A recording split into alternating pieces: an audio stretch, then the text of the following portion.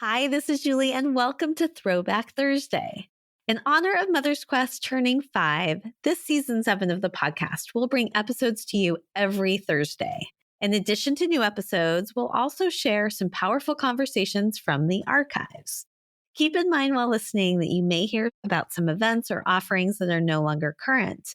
But whether you've heard this episode before or it's new to you, I hope you'll find something here as relevant as ever to light your way.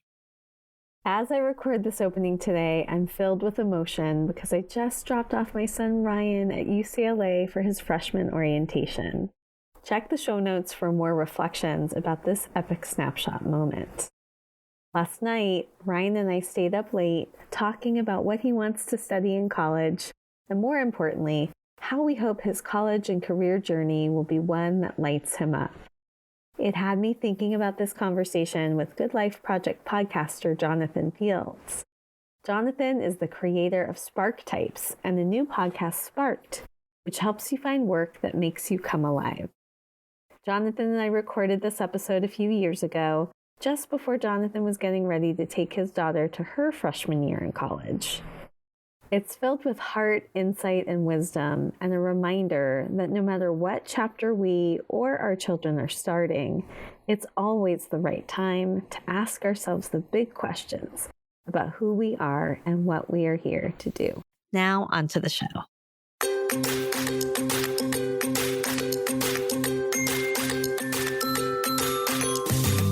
Hi, and welcome to Mother's Quest, a podcast for moms like me ready to live our own truly epic life.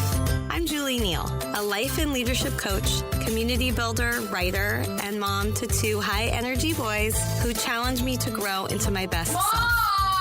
I'll be right there. Where was I?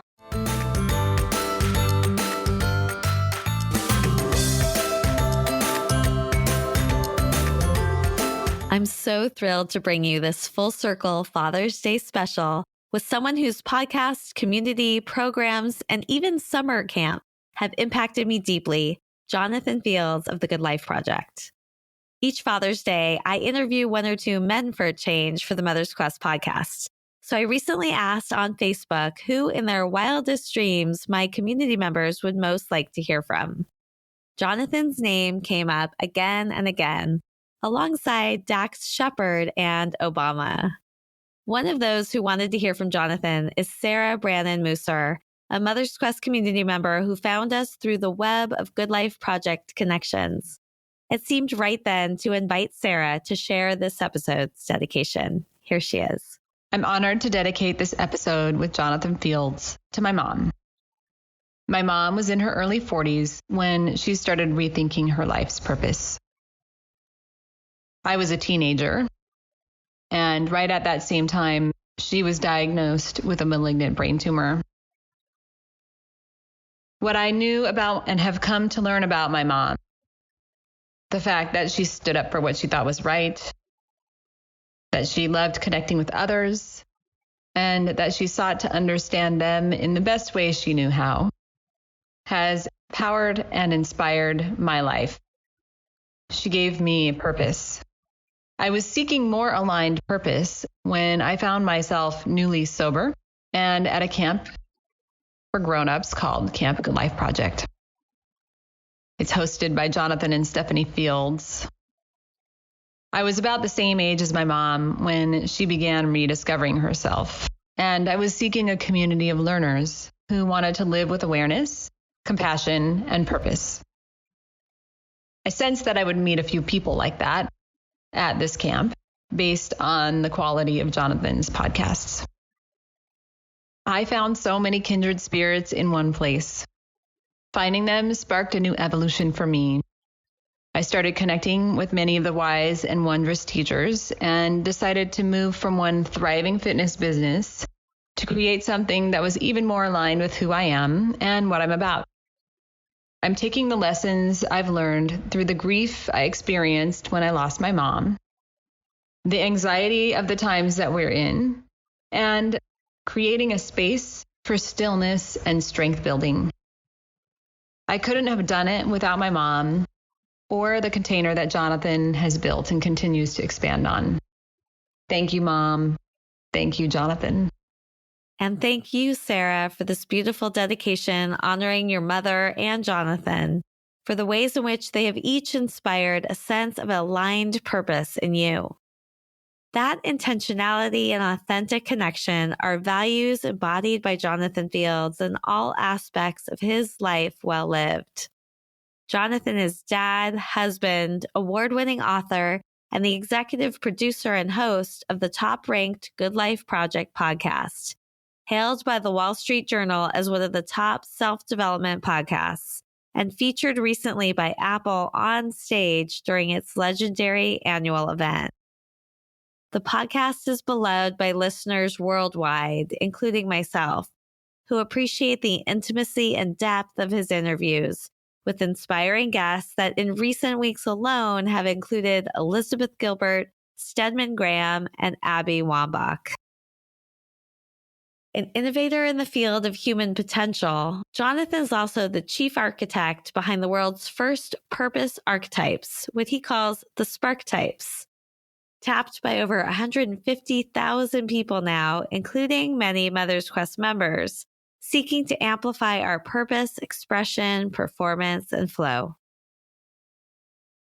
In this conversation, Jonathan and I went to all the deep, reflective places across every epic guidepost, talking about everything from our SparkTypes to the influence of his mother, a maker like himself, how he really feels about the hero's journey and living a good life, lessons we've learned about letting go of expectations with our children, and how to be creators, but not to be defined by the things we create. The whole interview for me felt like one amazing epic snapshot moment with a guide on a similar quest for meaning and connection. I'm so excited to bring you this conversation and Jonathan's beautiful, powerful challenge for all of us, which he shares at the end. I'm Julie Neal, and this is Mother's Quest.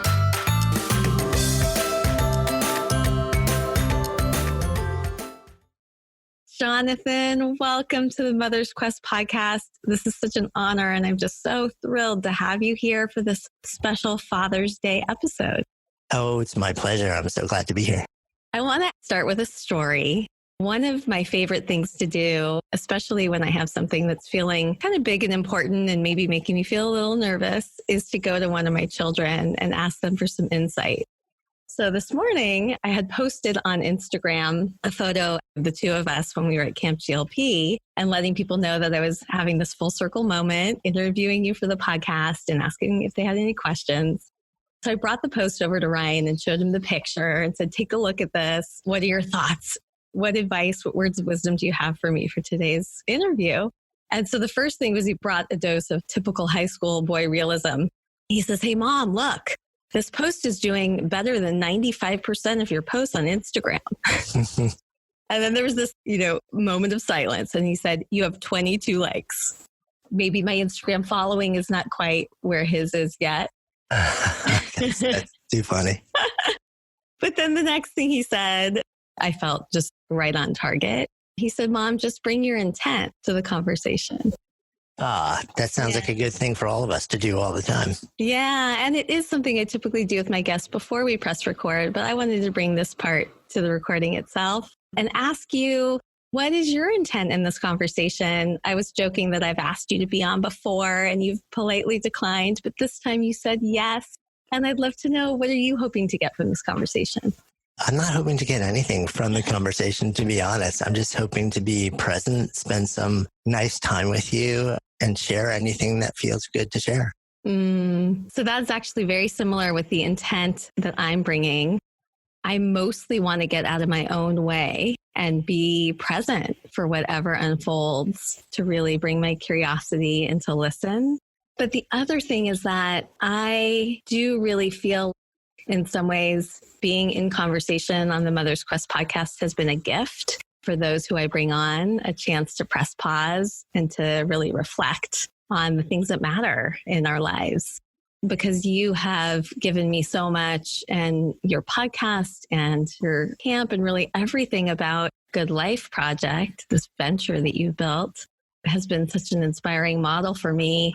I also just want to give back in a way. So I hope that you do leave when we're done feeling enriched by this time we spend together. Thank you. We're starting off well with that beautiful intention. And also, I've already learned some good words of wisdom from your kid. So it's all good.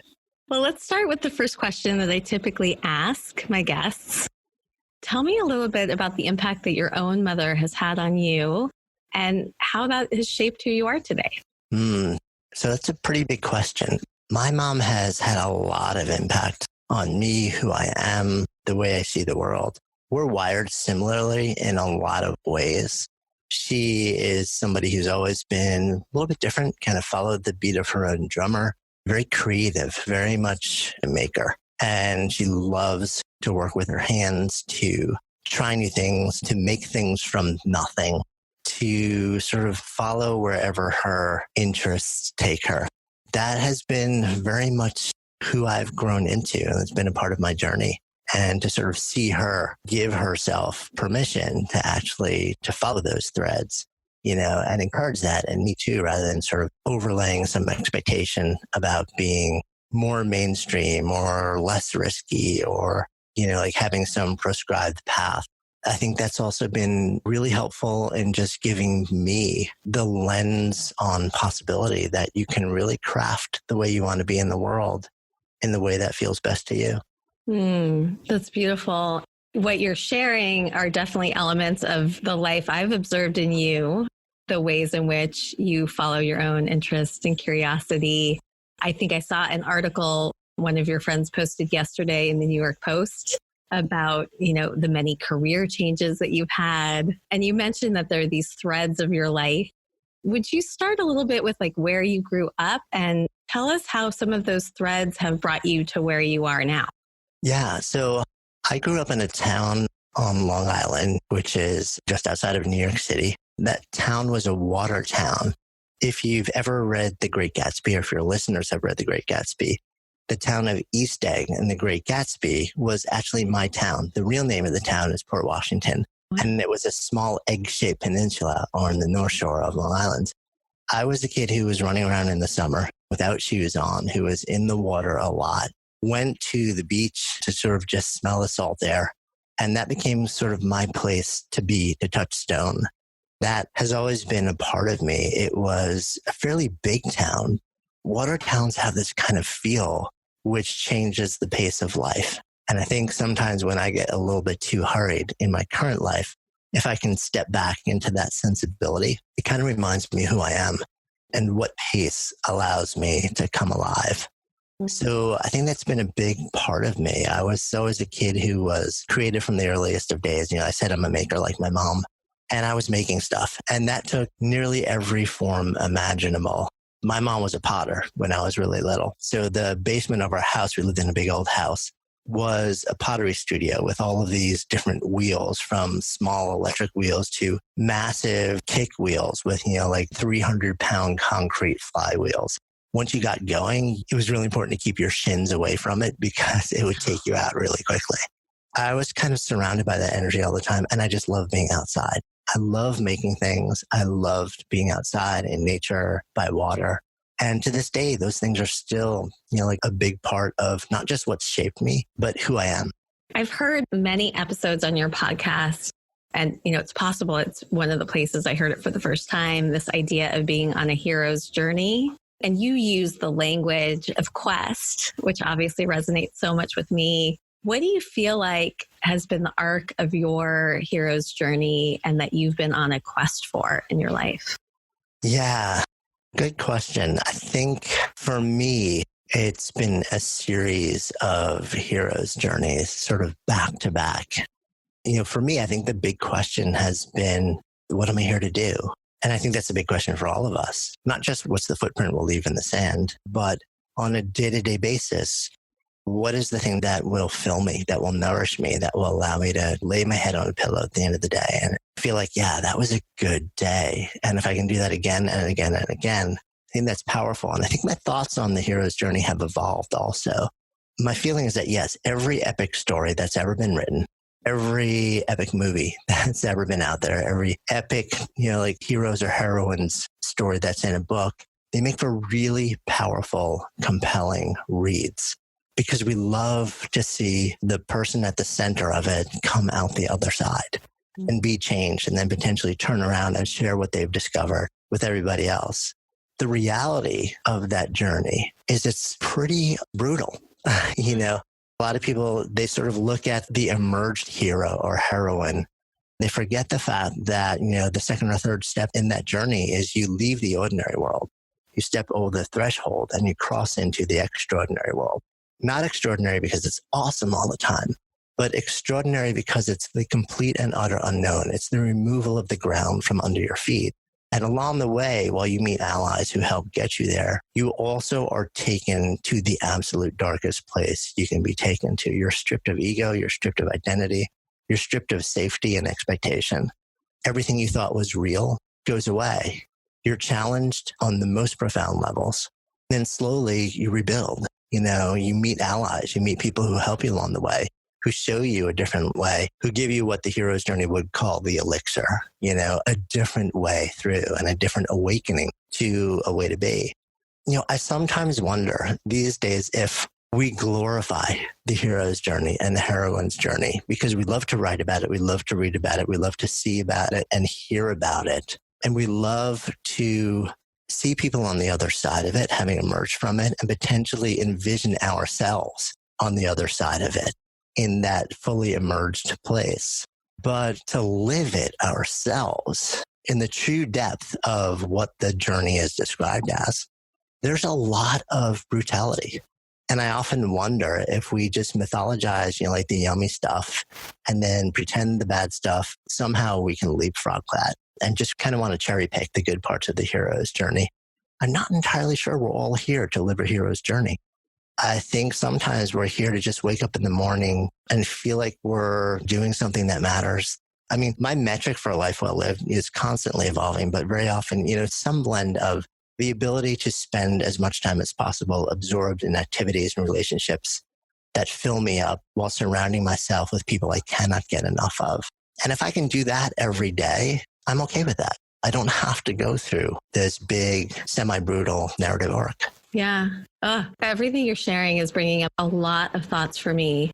One is that what has become the framework and the guide for everything Mother's Quest, and as an extension, everything of the way I live my life now, is this idea of living an epic life. And in fact, coming up with that framework and then the acronym mnemonic happened with you and Harmony when I was in that process about 3 years ago, the Manifesto Code.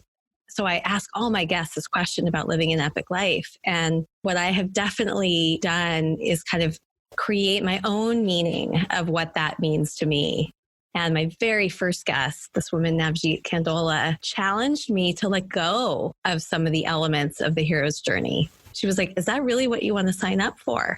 And what if you imagine that you could choose a path that doesn't have to feel brutal, or where you don't feel like you're alone? And in so many ways that has shaped how I've chosen to say yes to my life in the way I have and the community that I'm building through Mother's Quest. So I feel like in some ways I hold on to elements of the hero's journey in terms of like answering the call and living your life in a different way. But like you, don't feel like I want to sign up for the parts that have to be harrowing. And at the same time, like we still have to acknowledge that things don't always feel good. Yeah, 100%. I think we can define it the way that we want to define it. There are some people that are all in and they embrace and they, wholeheartedly seek out the complete annihilation of their current identity and lives and the cleansing and the rebuilding process. And for some people, that may be the right choice. That may be the way, that may be the path that gets them to that place where they feel like they can finally stand in a life that they consider, quote, good. But maybe, somebody's version of that is just waking up and painting and being of service to one person that they love, like going for a walk in the woods. Yeah. Maybe that's that person's journey, and maybe that's their version of heroism. Exactly. under Mother's Quest, it says live your epic life. It's not live an epic life. And it is because of what you're saying that like it looks so different for everybody. But I would love to use this time now to move into what I call the epic guideposts and to have you kind of try on some of the elements that I have felt are cornerstones of living a good or an epic life. Are you up for delving into Sure, let's do it. guideposts? Okay, great. Epic, of course, connotes this idea of like living a life that I often imagine like when we're maybe grandparents and sitting on a porch with our grandchildren, that we're talking about our lives and the stories of our lives. And it's filled with all the things that mattered most to us. And then also the mnemonic has these guideposts that I think are those things that matter so much. And the first one, E, stands for engaged. And it's about being engaged mindfully with our children, especially in those years when we're raising them.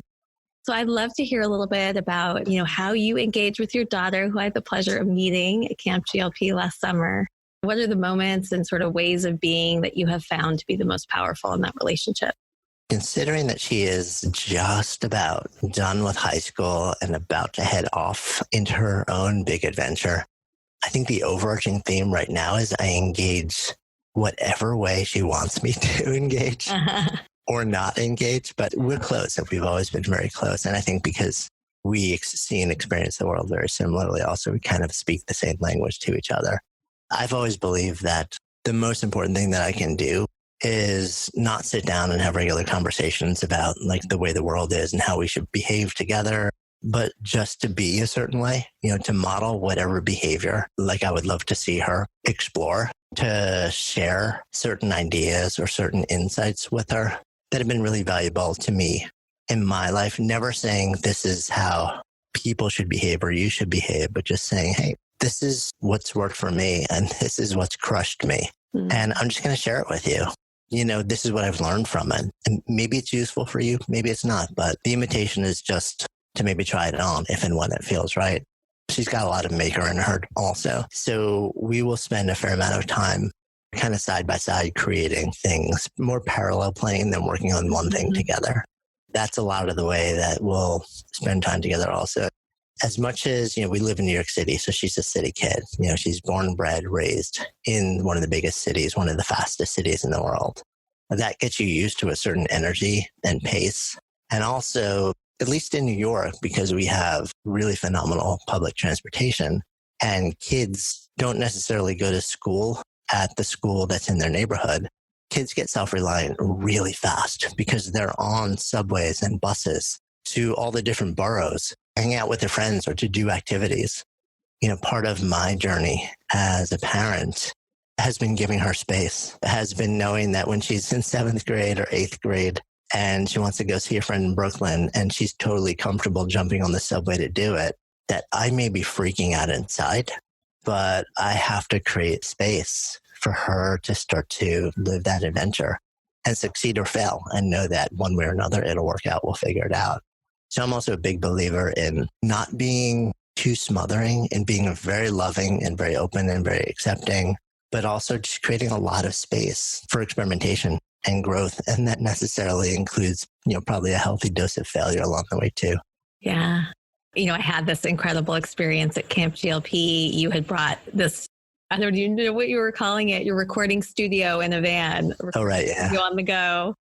And you and I had a chance to talk a little bit about my relationship with my son. And I remember that the theme that we were connecting around in that conversation was about releasing expectation. I'm hearing some threads of that in what you're saying. Oh, yeah. I think it's so much of it, because we're at risk as parents of just overlaying everything that we want and everything that we don't want and everything that we've learned and trying to shortcut our kids' journey to happiness by installing it so they just have an easy, happy life. Yeah.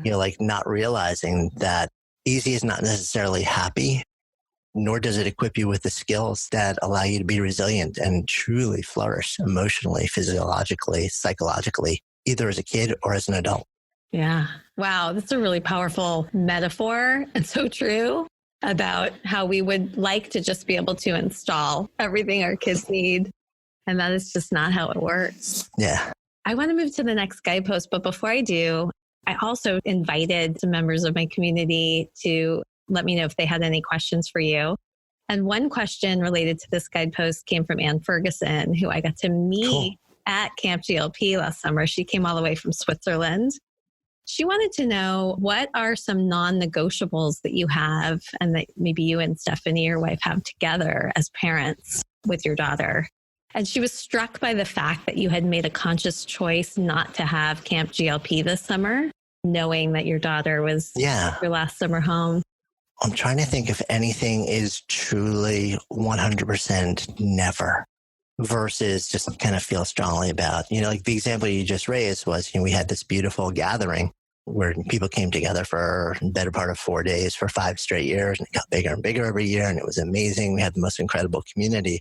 And after 5 years, we decided that we were good. We were complete. And there were a lot of reasons that we shared with our community. But, one of them was we have one child and she is going off to college and we're all really close.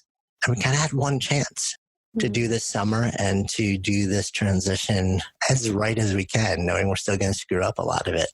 But one thing that I think was really important to both of us, and maybe this is a bit of a non-negotiable, is that we both tend to choose the ability to be present and engaged in our daughter's life over a lot of other potential opportunities and possibilities.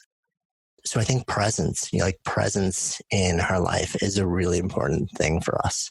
So we have said no to a lot of things. We have stopped doing different things. We've walked away from different opportunities in the name of being able to spend more time, more energy just with her, because we know it's fleeting.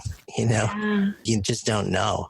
Being present, and as much emotionally and psychologically present as physically present, I think they're very different things. It's one thing to say, okay, so I'm home at X time in the evening, and then have your body physically there for our family, but still be completely mentally and emotionally checked out or focused on something else. I almost wonder if sometimes the emotional impact of that is worse than being physically and emotionally unpresent, so that you don't have sort of the physical presence taunting you, but being completely unable to actually access the emotional and psychological presence of somebody who you really want to be there in that way. So I think we've spent a lot of time really making conscious decisions to be there as much as we can, to build our life in a way that allows us to be present. Like I said, the double-edged sword of that is we're not always wanted. Our daughter's going to college in Colorado, which is amazing. We happen to love Colorado too, in the way that we built our company and we work together. We're pretty mobile. And when we said jokingly one day, well, maybe we'll move to Colorado also, we kind of had a conversation about this being her journey, not ours. Yeah. Which is good. And that's great. That's amazing. In terms of a non-negotiable, maybe I don't look at it as a non-negotiable, but I look at it as a strong aspiration to be as consistently present as I can. I love that. Well, I want to move to the next guidepost, P, which stands for passionate and purposeful. And this is about the impact that we're here to make in the world beyond our family. Why am I here? What am I here to do? So I'd love to hear more about, what you've been learning about your own purpose and the ways in which you are bringing your purpose forward in your work today. Yeah, it's such an interesting exploration, something that I've certainly been spending a lot of time thinking about and exploring over the last few years. And I have a really mixed relationship with the word purpose. It's such a loaded term, and there's so many assumptions packed into it. It's so susceptible to misinterpretation. And then when you add things like life purpose, things get really screwy.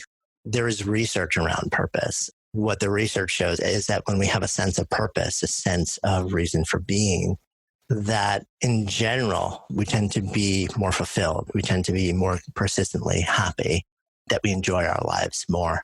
It's interesting. The idea of purpose and legacy, I don't necessarily tie together, because I'm not all that concerned about what my legacy is.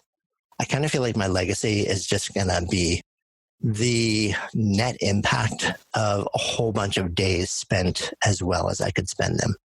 I don't aspire to build, castles and towers or leave this massive thing behind or have an impact on, like X million people. But I know if I can wake up in the morning and feel like I'm able to invest my effort in a way that aligns with that essential nature of who I am, which for me is fundamentally a maker. And if I can then do that on some level in a way that moves other people, that over time I will feel a sense of being used for what I'm here to be used for. I'll feel a sense of purpose that may show itself in thousands of different ways over the course of my lifetime. It may result in books and companies and bodies of work and experiences, whatever it may be.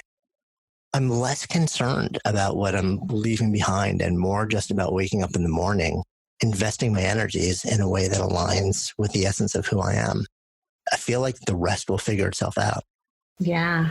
One of the things that I so appreciate about you, and the reason why I feel like what you've created has been a model for me, is that you do seem so authentically you in this very down to earth, grounded way. It gave me permission to feel like I could step into this idea of being a podcaster or being an entrepreneur in my own way and still be me. And the other thing that has given me this tremendous sense of empowerment about showing up in my own purpose in the best definition of the term has been the SparkType assessment that you've created. Figuring out, doing the assessment and getting the results back and seeing, oh, I'm a primary advisor, but I'm also a maven. I think it was the maven in particular that just answered so many questions for me because I am constantly wanting to learn. I'm always following my curiosity. To see it interconnected with the other part of who I am, which is about helping other people get clear about themselves and their lives, really felt like it solved a piece of the puzzle for me. Oh, I'm so glad to hear that. I mean, it's been just really fun to see how that body of work has been received. And it's still so young. It's still so new. There's still so much to investigate and develop around it. But to see the responses, to see the validation of, what started out as just my own observations over a lot of years has been really neat. So I love that it's helped you in some meaningful way. Tell me a little bit about what your plans are for bringing it forward. What are some ways that those of us who have appreciated the SparkType may look to it deepening in our lives? Yeah, the plans are to figure out what the plans are. We're doing some what we would call phase 2 insight surveys right now. We can start understanding the data on a much deeper and more nuanced level and really understand what's working, what's not working, what's it telling us, what's it telling people. How can we find some really interesting associations or correlations that will allow us to share bigger, better, more accurate insights and potentially create better tools? We spent a year developing and building the assessment last year, but it's only kind of been, quote, in the wild for about 6 months now. So it's really young. It's been adopted at astonishing speed. The number of people who completed the assessment is kind of mind-blowing. We didn't really see coming. How many has it been now? Well over 150,000. Wow. Yeah, it's kind of crazy. A lot of people are asking this similar question. And is it appropriate or applicable for, kids, for different populations? What I'm sort of trying to do right now is figure out the answers to those questions based on the data that's coming in. At this point, it's a data set of more than 7.5 million data points. So it's a lot of interesting stuff.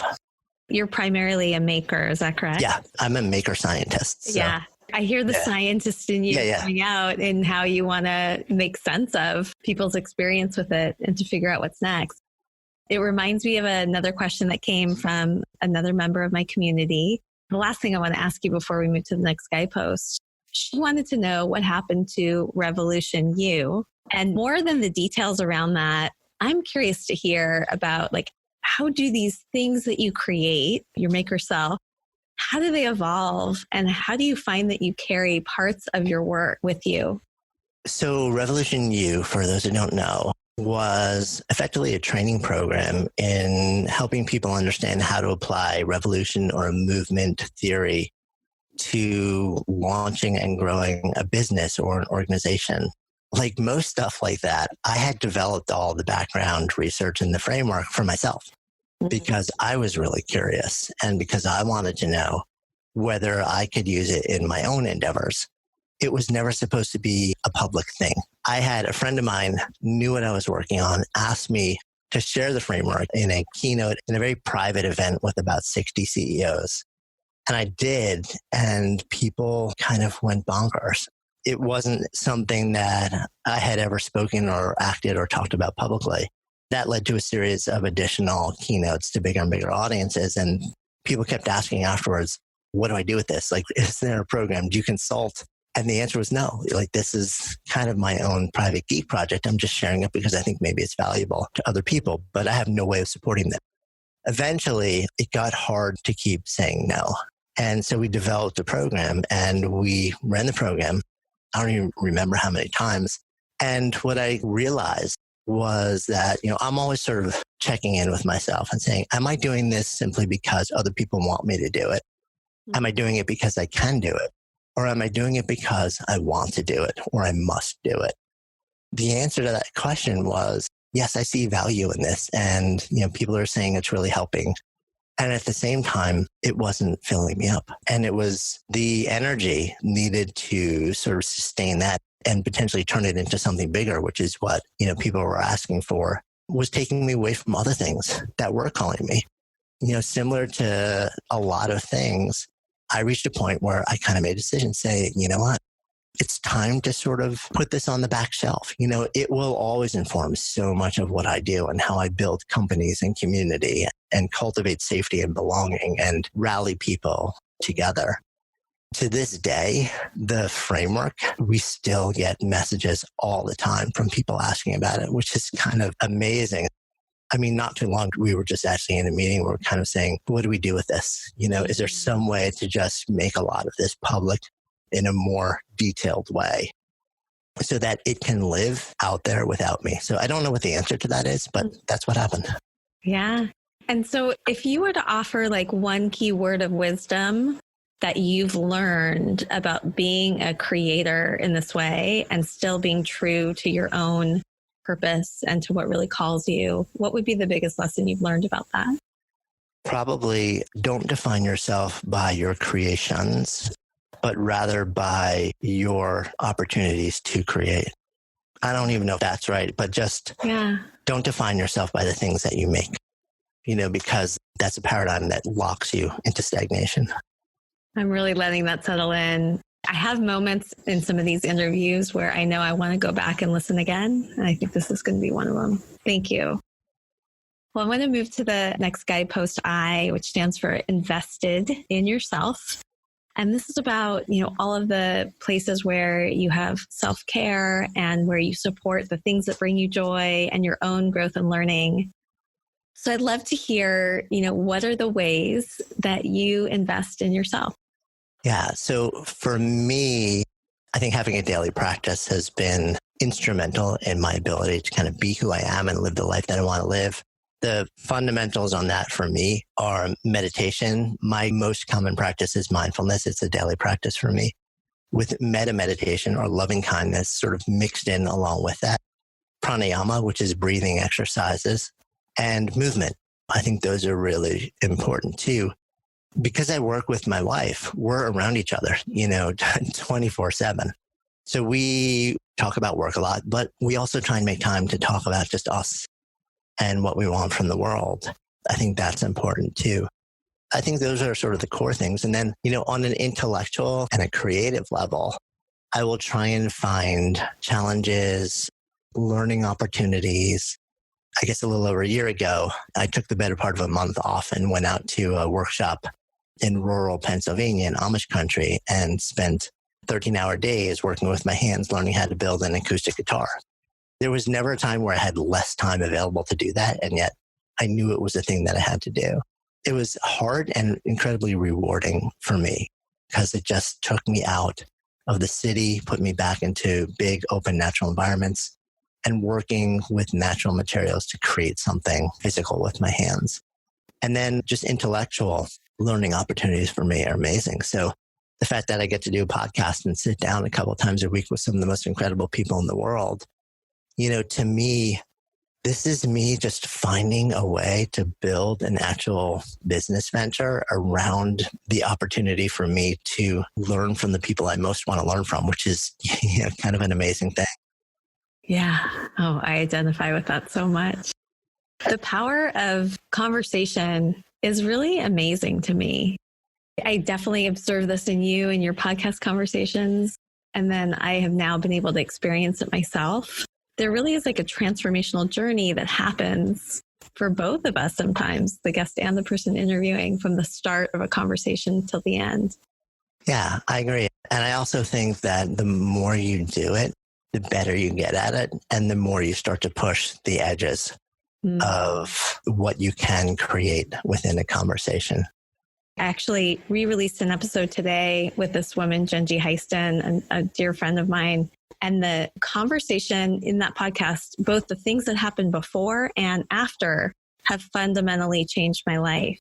And it's making me really curious to hear from you. If you were to identify one conversation on your podcast that ended up like deeply impacting you and really is part of this, how you have invested in yourself and your life, what conversation comes to mind? Wow, so many. So hard to pull one out. Milton Glaser left a really big impact on me and really led me to spend time reconsidering how I want my life to look. For those who don't know, probably about 91 years old now, 91, 92 maybe.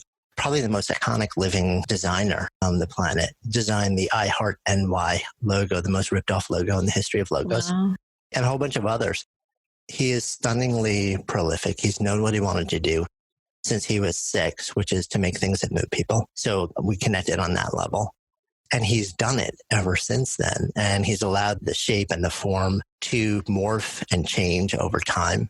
Instead of starting a giant agency, he has kept to a small studio format and picked only the work that he wants to do for his entire career. He spends, long weekends up in the country away from the city, and also has taught, I think, for more than 4 decades, so that he has this ability. He loves just giving back and help shaping and inspiring generations now of people who are coming up behind him. And I just looked at the way that he had chosen, like the deliberate choices he had made in how he's living in life. And I was like, wow, it just really resonated with me.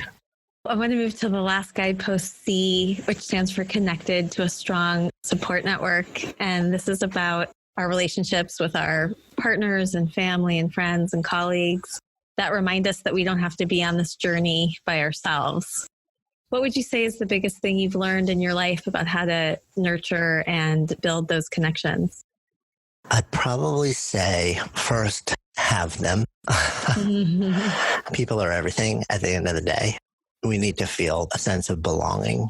We need to feel cared for and that we are capable of caring for others and it's being received. I think for me, first is just understanding how critically important this thing is. Then getting really clear on who you are and what your values are and what your interests are. Then being intentional about finding or inviting people into your life who share similar values and fill you and nourish you, sort of pruning the relationships that don't. The one sort of like advisory or proviso there is that I'm not talking about surrounding yourself with people who are homogenous. I think that's a huge stumbling point. We talk about, find people who see the world the same as you, who have the same values, the same missions, the same lens, the same background. To me, it's a thin line because you want people, I think, who share a similar value set, but you also want people who look different from you and sound different from you and have different backgrounds and history from you and see the world differently from you, even though they may come from a similar set of values, so that you can have those conversations and interact and expand your worldview and learn from them and potentially help share your own lens on the way the world is. I think shared values, but also expansive and different worldviews, histories, experiences, backgrounds. I think it's important. I think today more than ever, that's important. I really feel like I've been appreciating what feels like a conscious intention you've been bringing to having more diverse voices and experiences on your podcast. Yeah, it's absolutely. It's very intentional. I'm a middle-aged white guy from the Upper West Side of Manhattan. A couple of years ago, I realized that we've always done a really good job of gender balancing the guests on the podcast. That was part of our mission from the beginning. But what I also realized is we have not done a good job of telling the stories of people from a much more diverse set of backgrounds, people of color. And that's a failure. So yeah, we have been much more intentional at figuring out a process to be able to tell more stories, to tell more diverse stories and more inclusive stories. And it's a process. It's a learning process for me. It's a process of restructuring a lot of what we do and how we produce. And it's an amazing invitation to be able to step into that and figure it out along the way and do some things right and also do some things really wrong. And sometimes privately, sometimes publicly. Yeah. And that's all okay because I think we're all learning together. Well, we're almost at the end of our time together. This is a moment where you have an opportunity to give me a challenge that may help me more fully live my epic life. And anybody who's listening and coming along can say yes to this as well. What would you offer me? Let's do a 7-day challenge. Wake up in the morning. Before you get out of bed, put one hand on your heart, put one hand on your belly, close your eyes, and just ask yourself, what do I most need today?